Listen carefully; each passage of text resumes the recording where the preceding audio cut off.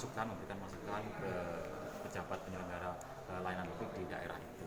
Contohnya kayak mungkin tidak terpenuhi tentang maklumat layanan publik.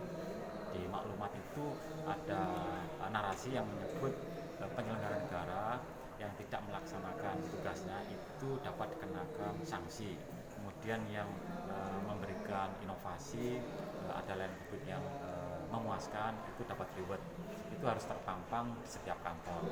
Seandainya ada pimpinan kantor yang tidak memuat maklumat layanan publik, itu kami bisa memberikan masukan bahwa kalau tidak dimuat itu tidak terpenuhi layanan publiknya, sehingga beberapa poin-poin tidak cuma maklumat layanan publik itu menjadi masukan bagi kami untuk penyempurnaan pelaksanaan layanan publik biar memuaskan masyarakat.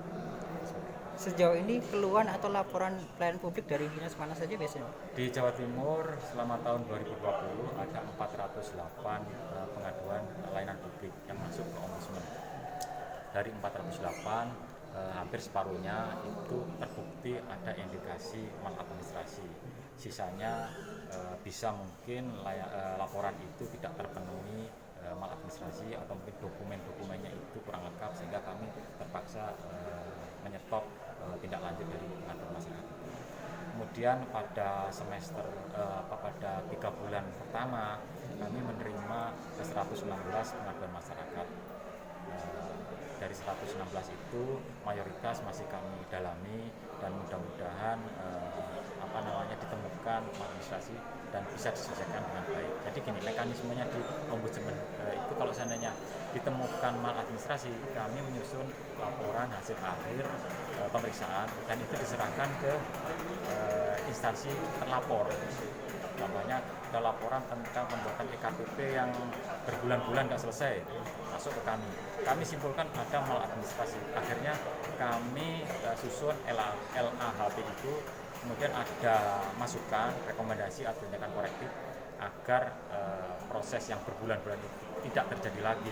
Kita serahkan ke terlapor dan terlapor wajib untuk memperbaiki sistem yang berbulan-bulan itu karena itu sudah terbukti maladministrasi. Jadi seperti itu. Dari catatan Ombudsman Jatim sendiri, mungkin yang sampai berlarut-larut itu akhirnya perkembangannya seperti apa?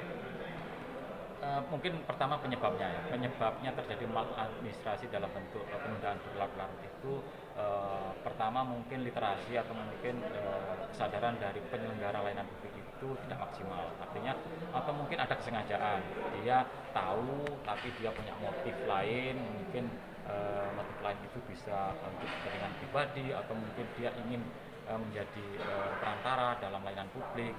Itu yang kami temukan dan bisa jadi itu menjadi penyebab. Contohnya ada kasus di Sumeneb ya, itu ada warga di kepulauan karena dia itu minim pengetahuan, dia mau membuat EKTP, tapi pihak desa ada oknum yang sengaja menyalah-nyalahkan namanya sehingga proses perekaman data kependudukan itu tidak jalan. Berhari-hari, berminggu-minggu, akhirnya pihak pemohon itu, warga itu menyerah. Akhirnya dia menyerahkan urusan pengurusan EKTP itu kepada oknum di desa itu. Kemudian oknum di desa itu mau mengurus tapi dengan imbalan. Kadang-kala juga ada motif seperti itu. Padahal itu sudah jelas-jelas ada maladministrasi. Pertama penundaan berlarut, kedua adanya permintaan uang atau imbalan dari penyelenggara administrasi. Harusnya tidak boleh ada praktek-praktek seperti itu.